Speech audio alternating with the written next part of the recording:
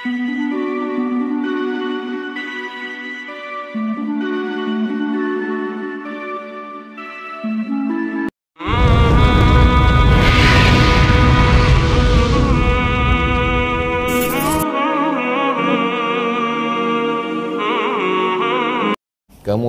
tentang masalah hadis man hafiza ala ummati arba'ina hadisan. Siapa yang menghafal 40 hadis lalu disampaikannya kepada umatku, umat Muhammad sallallahu alaihi wasallam. Hadis ini diriwayatkan dari Ali bin Abi Thalib, dari Abdullah bin Mas'ud, dari Muaz bin Jabal, dari Abu Darda, dari Abdullah bin Umar, dari Abdullah bin Abbas, dari Anas bin Malik, dari Abu Hurairah, dari Abu Sa'id Al-Khudri. 9 sahabat Nabi. Min turuqin kasiratin, jalurnya banyak. Biriwayatin mutanawwi'atin, riwayatnya macam-macam, maksudnya matannya tidak satu. Anna Rasulullah sallallahu alaihi wasallam qala, Rasulullah bersabda, man hafiza ala ummati arba'ina hadisan. Siapa di antara umatku ini yang menghafal 40 hadis, min amri diniha, masalah urusan agama Islam, ba'athahu Allah Ta'ala yawmal qiyamati fi zumratil fuqaha wal ulama. Nanti dia akan dibangkitkan di padang mahsyar bersama para ahli fikih dan para ulama. Riwayat kedua, ba'athahu Allah Ta'ala faqihan aliman. Dia akan dibangkitkan Allah sebagai faqih dalam ilmu agamanya dan berilmu. Ketiga, wa kuntu lahu yawmal qiyamati syafi'an wa syahidan. Nanti di hari kiamat aku akan menjadi pemberi syafaat dan menjadi saksi bagi dia. Dan riwayat Ibnu Mas'ud, udkhul min ayyi abwabil jannati syi'ta, masuklah engkau dari pintu surga mana yang kau mau. Riwayat Ibnu Umar, kutiba fi zumratil ulama, dia akan tertulis sebagai rombongan para ulama. Wa husyira fi zumratis syuhada, dibangkitkan bersama rombongan kelompok orang mati syahid. Wattafaqal huffaz, sepakat ahli hadis, para hafiz, ala annahu hadithun dhaif, hadis ini dhaif. Wa in kathurat turuquhu, walaupun jalurnya banyak maka hadisnya tetap dhaif. Ada hadis dhaif tapi karena jalurnya banyak naik derajatnya, irtaqat darajatuhu ila darajatil hadisil hasan, naik derajatnya menjadi hadis hasan. Tapi hadis ini tidak, karena dhaifnya tidak bisa tertolong. Walaupun banyak jalurnya maka dia tetaplah dhaif. Kalau memang dhaif, kenapa banyak ulama? Kenapa banyak ulama memakainya untuk motivasi? Inilah dalil bahwa hadis dhaif boleh diamalkan. Jadi hari ini kalau ada orang yang mengatakan hadis dhaif tak boleh diamalkan, apakah dia lebih hebat dari Imam Al-Ajiri yang menulis kitab 40 hadis? Apakah dia lebih hebat dari Imam Ibnu Asakir? Apakah dia lebih hebat dari Imam Al-Munziri? Apakah lebih alim daripada Imam Nawawi? Apakah dia lebih zuhud daripada Imam Suyuti? Nah, jadi ulama-ulama dulu memakai hadis dhaif. Makanya kata Imam Nawawi, ajma'al ulama'u ala jawazil amali bil hadis dhaif. Ijma' ulama, boleh beramal dengan hadis dhaif. Disyarahlah oleh Imam Suyuti. Kata Imam Suyuti, boleh beramal dengan hadis dhaif kalau cukup 5 syarat. Tidak dalam masalah akidah, tidak dalam masalah halal haram, tidak ada periwayatnya yang kadzab pendusta, masih bernaung di bawah hadis sahih, dan untuk fadail a'mal. Termasuklah hadis tempat 40 hadis ini, 40 hadis, siapa yang hafal 40 hadis ini untuk fadail a'mal. Fadail amal tentang apa? Ya, fadail amal tentang menuntut ilmu, tentang motivasi menghafal hadis. Makanya bagus sekali anak-anak kita diajarkan untuk menghafal 40 hadis. Musabaqah, lomba ngapal hadis arba'in. Lomba arba'in. Hadiahnya macam-macam. Nah, ini untuk memotivasi. Amat sangat baik. Ulama dulu sudah melakukan dengan menulis karya yang luar biasa, maka sekarang kita tinggal melanjutkan apa yang bisa kita sampaikan ke anak-anak umat Islam. Lalu kemudian adapun motivasi beliau menulis ini adalah tentang ulama yang menulis, siapa saja ulama yang menulis arba'in, supaya jangan karena Imam Nawawi yang masyhur populer lalu orang menyangka Imam Nawawi saja. Wa qad sannafa al-ulama'u radhiyallahu anhum fi hadzal babi ma la yuhsa minal musannafat. Banyak sekali ulama-ulama sebelum Imam Nawawi yang menulis tentang 40 hadis. Fa awwalu man 'alimtuhu sannafa fi hadza.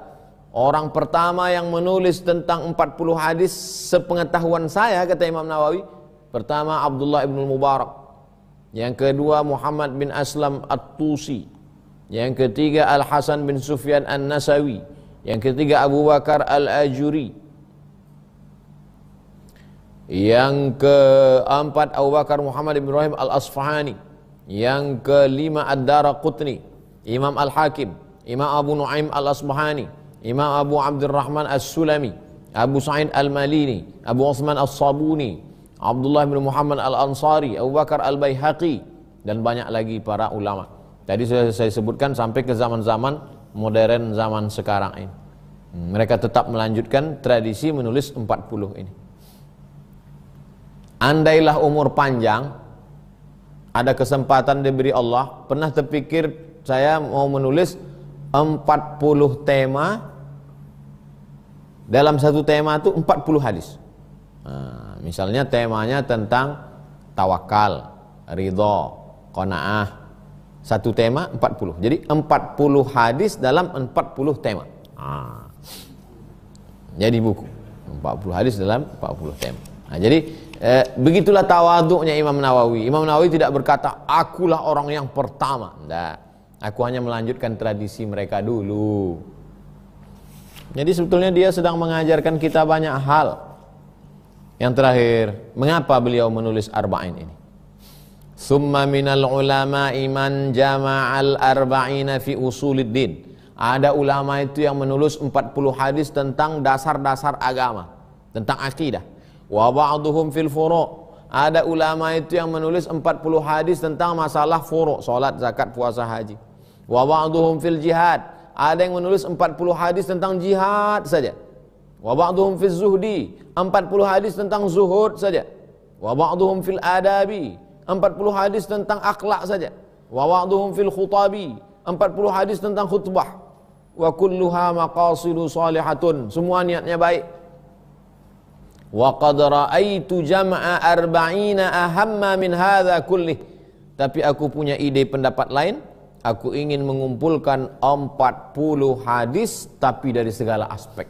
Makanya kalau kita baca arba'in itu 40 hadis tapi mencakup segala aspek, usul dan furu'. Usul akidah, furu' masalah fikih. Wa hiya arba'una hadisan, isinya 40 hadis mustamilatan ala jami'i dzalik. Tapi dia mencakup segala aspek baik usul maupun furu'. Wa kullu haditsin minha qa'idatun 'azimatun min qawa'ididdin. Setiap hadis-hadisnya itu mengandung kaedah dalam agama ini. Wa qad wasafahu ulama bi anna madaral Islam alaihi aw huwa nisful Islam aw thuluthuhu aw nahwu dzalik. Ada ulama yang mengatakan hadis ini adalah setengahnya Islam, hadis ini sepertiganya Islam. Seperti hadis innamal a'malu binniyat. Ada yang mengatakan inilah hadis sepertiganya Islam. Nah, begitulah motivasi Imam An-Nawawi menulis kitab tersebut. Summa altazimu fi hadhihi al-arba'in an takuna sahihah. 40 hadis ini semuanya sahih. Wa mu'adhamuha fi sahihil Bukhari wa Muslim. Mayoritasnya semuanya ada dalam Sahih Bukhari dan Muslim. Wa adhkuruha mahdhufatal asanid. Tapi di dalamnya aku tidak sebutkan sanadnya. Jadi jangan katakan hadisnya dhaif karena sanadnya tak ada. Ini sudah dijelaskan di muqaddimah. Sanadnya memang sengaja dipotong. Untuk apa? Liyashula hifzuha, supaya mudah dihafal. Wa ya'ummal lintifa'u biha, supaya manfaatnya menyebar insyaallah. Thumma utsbi'uha bibabin fi dhabti khafin alfaziha. Kemudian aku ikutkan, aku susul dengan satu bab tentang masalah pembahasan lafaz. Nah, jadi ada lafaz yang gharib, ada yang lafaz dijelaskan. Wa yanbaghi likulli raghibin fil akhirati an ya'rifa hadhihi al-hadis. Siapa saja yang ingin kehidupan akhirat, yang percaya bahwa setelah mati ini dia akan hidup lagi di akhirat, maka dia mesti mengetahui hadis-hadis ini. Limashtamalat alaihi minal muhimmat, karena banyak sekali perkara-perkara penting di dalamnya.